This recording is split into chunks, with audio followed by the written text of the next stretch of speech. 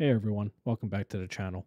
A computer network is a group of devices that connect to each other, which enables them to share information and resources. In this video, we're going to discuss the different components of a network and how they work together to create a functional operating environment. Now, before we jump into the devices themselves, let's first go over some common terms that are used when discussing computer networks. A client is a device or a software application that requests services or resources from a server. Clients communicate with servers using standardized protocols such as HTTP and SSH, and while clients can be physical devices like computers, smartphones, and tablets, they could also be software applications that run on these devices as well. Clients access data, files, or other resources that are stored on servers or interact with network services such as email, web browsing, and messaging. A server is a device or software application that provides services or resources to clients on the network. They're designed to provide specific functions such as file storage, email, or web hosting. Servers typically have more processing power, storage, and memory than clients, and they're designed to handle multiple requests simultaneously. Servers are designed to be highly reliable and available, with redundant power supplies, hard drives, and network interfaces.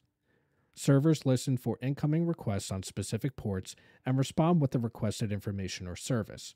And in many cases, multiple servers are used in a cluster to handle large volumes of requests and to provide load balancing for high traffic services. Clients and servers work together to form what is referred to as a client server architecture, which is a model for distributed computing. And in this architecture, clients request for services or resources from a server, which responds providing the requested resource or service. And this architecture is based on a set of network protocols and standards, which defines how clients and servers communicate with each other. Clients initiate communication by sending requests to servers, and servers receive these requests, process them, and respond with the requested service or resource. This architecture enables multiple clients to access the same resources or servers provided by a server and enables efficient sharing of data and resources across a network. On the other hand, peer to peer is a type of network architecture in which all devices are considered equal and can communicate with each other directly without the need for a central server. Each device can act as both a client and a server, meaning that it can both request and provide resources or services to other devices on the network. Peer to peer can be more flexible and decentralized than a traditional client server network, but they can also be more difficult to manage and secure. These networks can be classified as either structured or unstructured, depending upon how they organize and locate resources on the network, and they have the potential to be faster and more efficient than a traditional client server network since there's no central bottleneck or point of failure. Peer to peer networks can be used for a variety of purposes, including file sharing, messaging, and voice and video communication. A local resource is a device or data that is accessible on the local area network. Local resources can be physical, such as a printer. However, they could also include files, folders, and other data that's stored on a user's computer or on a local server. These resources can be shared, allowing users to access them from any device on the network, and they're often faster than resources that are located on a remote server over the internet. In some cases, local resources may be accessed remotely, and that could be secured through means such as firewalls, access control lists, and encryption. Remote resources are devices or data that is located outside of the local area network, and they're typically accessed over the internet. Examples of some remote resources include files that are stored in a cloud based server or even a remote server that's located within a data center. Remote resources can also include services such as email messaging and online collaboration tools.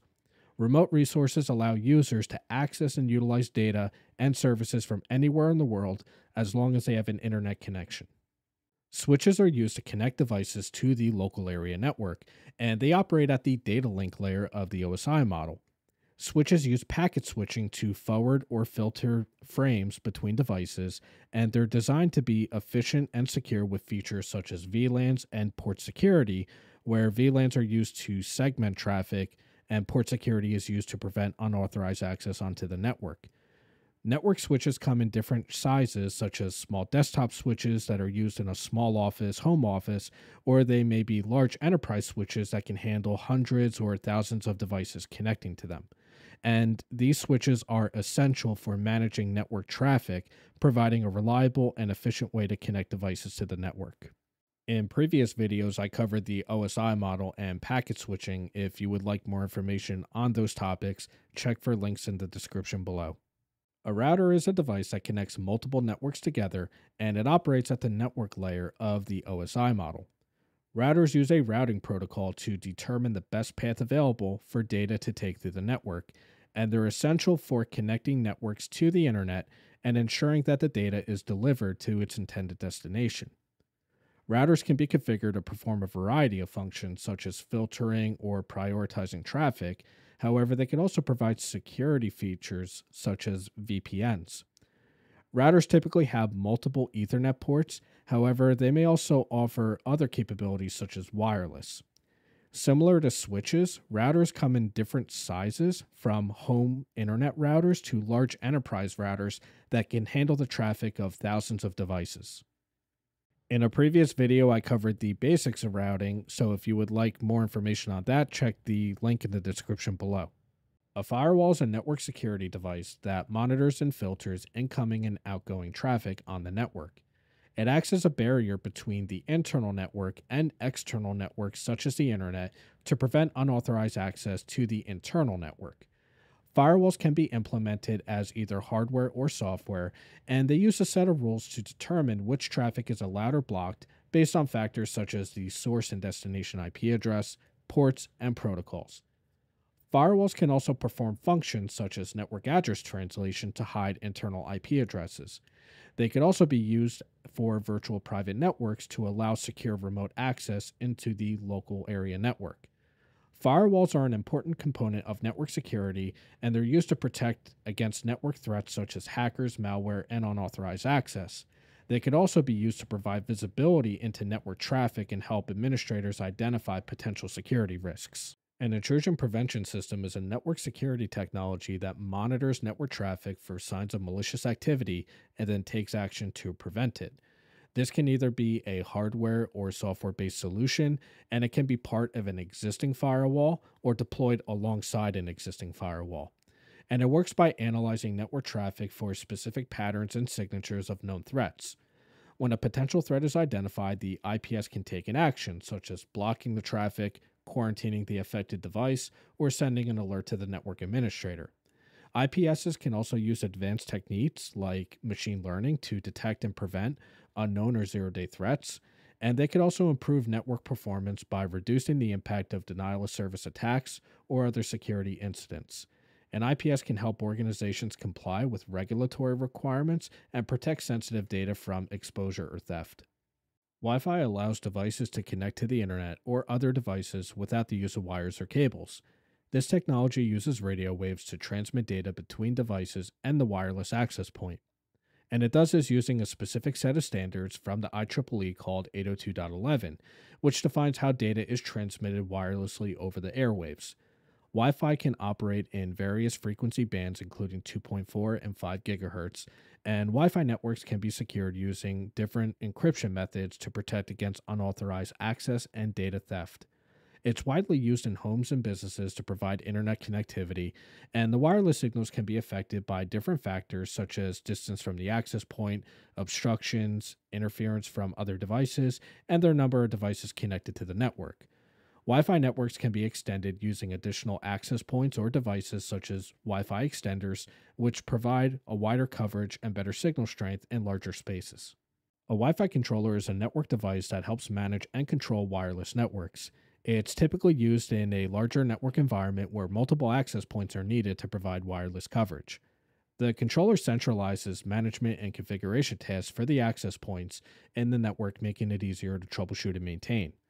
It can automatically configure settings for all access points, such as wireless channels and security settings, and it can also provide features such as guest access, bandwidth management, and quality of service. The controller communicates with access points in the network using a protocol such as LWAP or CAPWAP, And by providing a centralized management and control plane, a Wi Fi controller can help ensure that the wireless network is reliable, secure, and operating at peak performance. Wi Fi controllers are commonly used in enterprise and business environments, but they could also be used in larger homes as well, where multiple access points are needed for wireless coverage.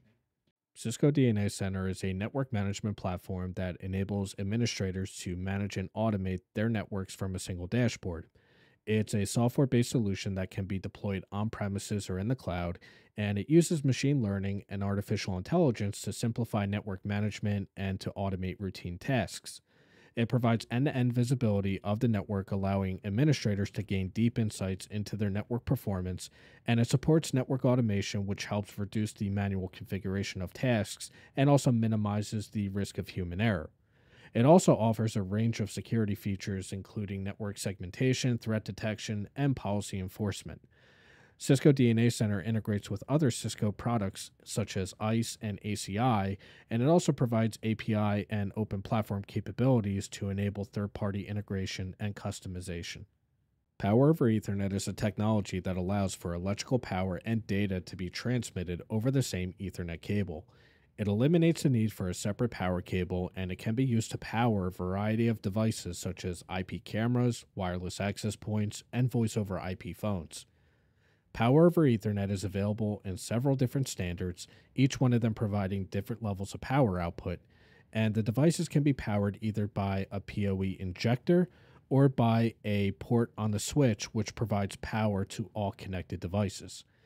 PoE is useful in situations where power outlets are not readily available, such as outdoor installations where there may be limited electrical infrastructure. And PoE devices are categorized based upon function.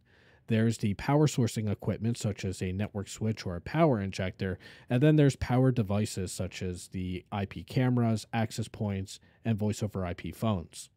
So if we take a look at this output, we have a switch stack that has two modules. Module 1 has 420 watts available to be used, and Module 2 has 370. And we can see to the right of that available watts, we have the amount that's used and the amount that's remaining. And this is for the entire switch. So for the entire switch, you have a certain amount of wattage that's available, and you can start connecting devices, and they'll start drawing power based upon the needs of those devices. And if we look down below that at the individual interfaces, we have two interfaces, 1 and 2, that's in use on both Module 1 and Module 2. And you can see how we have different phones that are connected. For every one of those ports, however, we could see that 15.4 watts is available maximum to be supplied to that device. However, the actual power that's drawn per device is different. So we have three phones where it's pulling 6.3, 10.3, and 15.4, and then we have a wireless access point that's only pulling 8.5. If you have any questions about what was covered, please leave a comment below. If you enjoy these tutorials and want to support my work, please like this video and share it with others. If you have the means, you can contribute to my Patreon or leave a tip in my jar. Be sure to subscribe to stay updated on my latest content, and thank you all for watching.